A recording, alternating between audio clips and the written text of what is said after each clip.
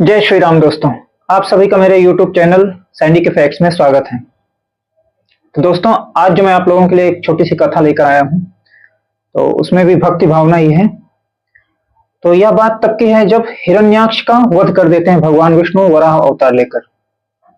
तो हिरण्यकश्यप क्या होता है कि तपस्या करने चला जाता है, क्रोधित हो जाता है, लेकिन उसके पास इतना बल नहीं रहता है कि वह भगवान विष्णु से लड़ सके। तो वह तपस्या करने के लिए जाता है, बदला लेने के लिए कि मैं भगवान विष्णु से बदला लूंगा। और फिर वह तपस्या करने के लिए जाता है और बड़ी घनघोर तपस्या करते हैं। एक अंगूठे के ऊपर खड़े होकर पर्वतों के ऊपर जाके वहां पे जंगलों में तपस्या करता है और बड़ी ही कठिन तपस्या करता है और ब्रह्मा जी को प्रसन्न कर लेता है। ब्रह्मा जी प्रसन्न हो जाते हैं और हिरण्यकश्यप को वरदान देते हैं। बोले कि आपको क्या वर चाहिए? तो हिरण्यकश्यप बोलता है कि मुझे अमर कर दो। तो अमरता का वरदान ब्रह्मा जी बोले कि मैं असमर्थ हूं, यह वरदान तो मैं नहीं दे सकता।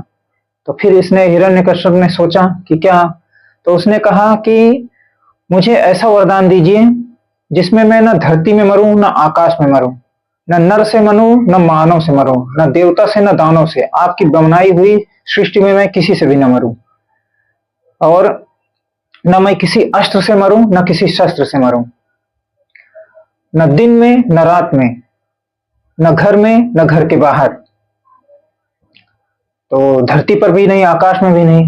अब इस तरह का बहुत ही अद्भुत वरदान उसने मांगा। तो भगवान ब्रह्मा जी जो थे तो उन्होंने कहा ठीक है, तथास्तु, उन्होंने वर दे दिया प्रसन्न होकर। बोले ठीक है, और वरदान देके वे अंतर ध्यान होकर चले गए। अब यहाँ वरदान प्राप्त करने के बाद, जब इस तरह का वरदान प्राप्त कर लिया कि मैं अस्त्र से मरूं न शस्त्र से मरूं, न दिन में न रात में, न देवता से न दानव से, न नर से न मानव से, न धरती पे न आकाश पे, कहीं पे भी नहीं, तब इसने ये समझ लिया कि जब इतनी सारी उपलब्धियां मैंने प्राप्त कर ली हैं, इस तरह का वरदान प्राप्त कर लिया, तो अब मुझे कौन मारेगा? अब तो मैं सर्वशक्तिमान अमर ही हो गया हूँ, अमर हो गया मैं। इस तरह से उसने अपने मन में सोच लिया और वरदान प्राप्त कर लिया, बल प्राप्त हुआ, जो तपस्या किए थे उससे भी बल प्राप्त हुआ, पहले से भी बलशाली था वो। तो उसके बाद आने के बाद उसने घोषणा कर दिया कि आज से मैं ही भगवान हूं और मैं ही ईश्वर हूं, मेरी ही पूजा करो। अगर किसी ने भगवान विष्णु या किसी अन्य देवताओं की पूजा की तो उसे मैं नष्ट कर दूंगा, मार दूंगा। अब उसने शुरू कर दिया लोगों में अत्याचार, धरती से लेकर देवलोक तक सब जगह उसके अत्याचारों से पूरा कांप उठा, पूरी तरह से कोहराम कोलाहल मचा दिया। एक तरह से उसने देवताओं को भी उसने नहीं छोड़ा, देवताओं के भी साथ उसने युद्ध किया, उन्हें भी परास्त किया। हर जगह उसने अपना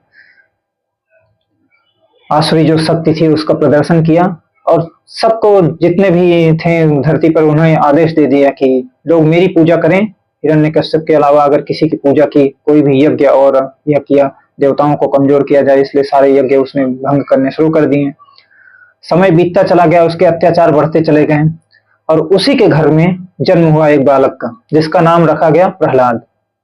जन्म से ही प्रहलाद जैसे ही थोड़े से बड़े हुए, जो थोड़ी चेतना आती है बच्चों में, तो तभी से वह हरि भक्त, भगवान विष्णु के भक्त हो गए। उन्हीं का मंत्र जाप करते थे और उन्हीं की भक्ति करते थे और वे ये समझते थे कि जो भी है कण कण में भगवान है, हर जगह भगवान है, हवा में, श्वास में, हमारे अंदर, सबके अंदर भगवान है, विष्णु का ही वास है, वही है एक सर्वशक्तिमान।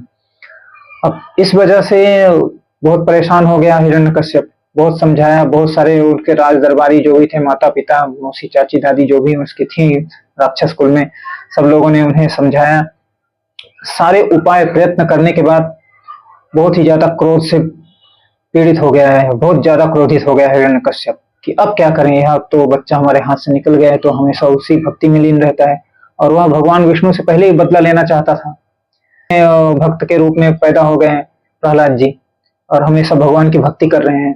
तो कई बार उसने बच्चे को मार देने का, समाप्त कर देने का उसने प्लान बनाया, योजना तैयार करके उसने कई प्रयत्न किए। कभी पहाड़ से फेंक दिया, वहां भी भगवान विष्णु ने अपने कमल पुष्पों के द्वारा उनकी रक्षा की। प्रत्यक्ष में आके नहीं, अप्रत्यक्ष रूप से उनकी रक्षा करने लग गए। एक बार तेल की कढ़ाई में डाल दिया। ऐसे बहुत सारे प्रयत्न किए मारने के लिए, लेकिन वे हर बार बच गए। तब अंत में उसकी बहन जो थी होलिका, हिरण्याक्ष और हिरण्यकश्यप की बहन थी, तो उसने कहा कि मुझे वरदान है ब्रह्मा जी का कि मुझे अग्नि जला नहीं सकती है।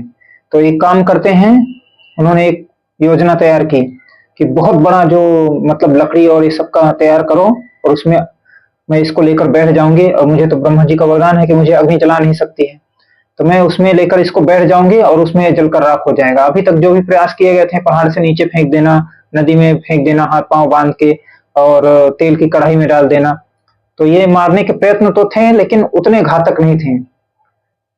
अब उसमें लेके होलिका जो रहती है वो उसमें लेके अपने गोद में बैठ जाती है और बोलती है कि आग लगा दो। अब ये बहुत बहुत ज्यादा बड़ा था, बहुत दूर तक था, तो बहुत सारी लकड़ियां, लगभग पूरे गांव की लकड़ियां इकट्ठी कर दी गई, और उसमें ले जाके वो बैठ जाती है, इतने बड़े पहाड़ के जैसे उसमें बैठ जाती है अंदर छुप के, और वहां आग लगा देते हैं।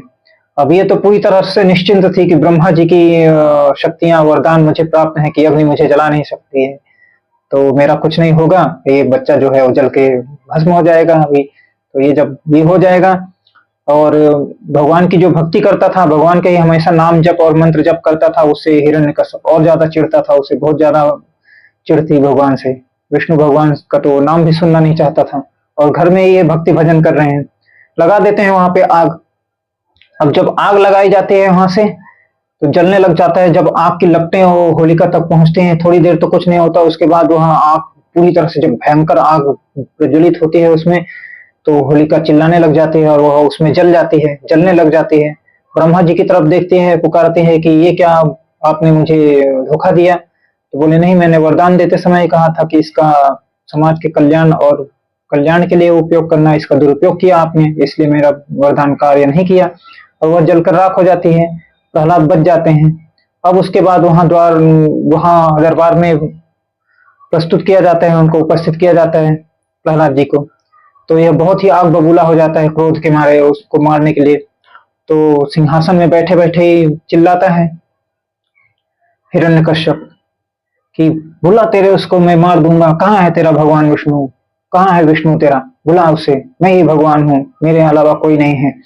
तो प्रहलाद जी नहीं पिताश्री, तो गलत है, भगवान ही हर जगह है, हर जगह है, वो तो कण कण में है, वायु में है, श्वास में है, हर जगह है भगवान। भगवान विष्णु तो हर जगह है, मेरे भगवान जो है भगवान विष्णु श्री हरि, वो हर जगह है। तो वह क्रोधित हो जाता है, अपना गदा लेके हर जगह मारने लग जाता है, बोलता है कहाँ है, बोल तेरा भगवान कहाँ है। और खंबे की तरफ इशारा करके बोलते हैं इस खंबे में है, बोल, बुला तेरे भगवान को। तो वे उनको जहां भी देखते थे उनको भगवान ही दिखाई देते थे। उन्होंने कहा कि हाँ, इस खंबे में भी है, यहाँ इस खंबे में भी है भगवान विष्णु, तो हर जगह है, वो कण कण में विराजित है। तब यह सोचता है कि वो जरूर दिखाई दे रहे होंगे, ऐसा कुछ, ये मतलब इसे ऐसा लगता है कि वो अपनी माया शक्ति से यहाँ छुपा होगा, और अपनी पूरी पूरी शक्ति लगा के वो खंबे में अपने गदा से प्रहार कर देता है। प्रहार करता है तो वहीं से भगवान विष्णु नरसिंह का अवतार लेके प्रकट होते हैं, और उसे वहां सॉरी, इतने विकराल रूप में प्रकट होते हैं, इतनी जो प्रचंड अग्नि का जैसा उनका मुख इतना तेज होता है, कई सूर्यों के बराबर, कि वहां पूरा राज दरबार एकदम अग्नि से ये हो जाता है, पूरा सुलगने जैसा लग जाता है। तो उसे वहां उसका जो गदा अस्त्र जो था वो सब छूट जाता है, इतने विकराल थे कि उनके उनके तेज से ही ये अधमरा हो जाता है आधा। तो इसकी सारी शक्तियां ऐसा लगता है जैसे छीड़ हो जाएंगी। इसे एक पक्षी की तरह अपने पंजों में दबा कर लेकर आते हैं, और जिस समय वो प्रकट हुए थे वो संध्या का समय था, संध्या होने वाली थी, मतलब सूर्य अस्त हो रहा था उस समय।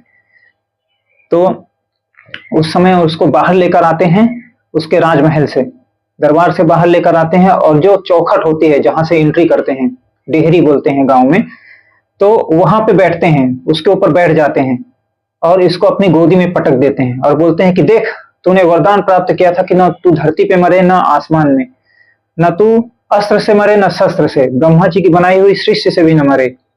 जो ब्रह्मा जी की बनाई हुई सृष्टि है उसमें कोई तेरा वध न कर सके, न देवता न दानव।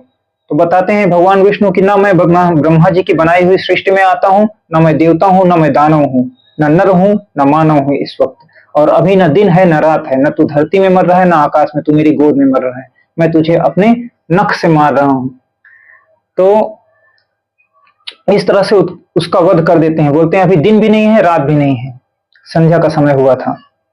उस समय उसे मारते हैं और उसे बताते हैं कि मूर्ख अधर्मी चाहे कितना भी चालाक क्यों ना हो, कितनी भी कोशिश कर ले, कितने भी अत्याचार कर ले, लेकिन मृत्यु जो जो पैदा हुआ है, मृत्यु उसका कहीं ना कहीं से रास्ता बना ही लेती है। और इस तरह से ब्रह्मा जी के वरदान को उन्होंने अक्षुण्ण रहते हुए उसका वध किया। उसका वध करते हैं, अपनी गोद में लेकर जाते हैं प्रहलाद जी को और उन्हें आशीष देते हैं कि आपकी भक्ति का सदैव धरती पर नाम रहेगा। तो ऐसा है दोस्तों कि भगवान भक्ति जो करता है तो भगवान स्वयं उसकी रक्षा करने के लिए आते हैं और यह इससे सिद्ध हो जाता है कि अधर्मी और अत्याचारी जो होता है अंततः उसकी पराजय, उसकी मृत्यु निश्चित होती है। मृत्यु तो सभी की निश्चित है जो पैदा हुए हैं, लेकिन जो बहुत शक्तियां अर्जित कर लेते हैं और उन्हें ऐसा लगता है कि उनकी मृत्यु नहीं है, तो मृत्यु उनकी भी होती है, अधर्मी और जो अत्याचारी होते हैं। और मृत्यु जो होते हैं भक्तों की भी होती है, लेकिन वो मोक्ष प्राप्त करते हैं उनको। इस तरह से अत्याचारी, अधर्मी और बहुत ही क्रूर राक्षस जो था हिरण्यकश्यप, उसका अंत हो जाता है। दोस्तों हिरण्यकश्यप जो था राजा दक्ष की पुत्री दिति और कश्यप का पुत्र था।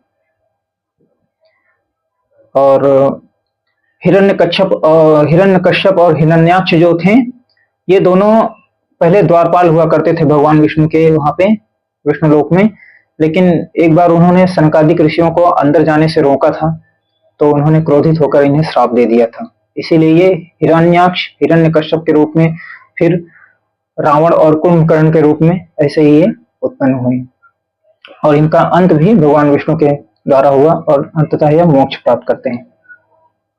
तो दोस्तों आज की कथा में इतना ही था। अगर आप लोगों को यह कथा अच्छी लगी है और वीडियो अच्छी लगी है तो आप लोग अपने दोस्तों के साथ शेयर कीजिएगा, लाइक और सब्सक्राइब करिएगा दोस्तों, सपोर्ट करिएगा। बस आपके आज के वीडियो में इतना ही, मिलते हैं नए वीडियो।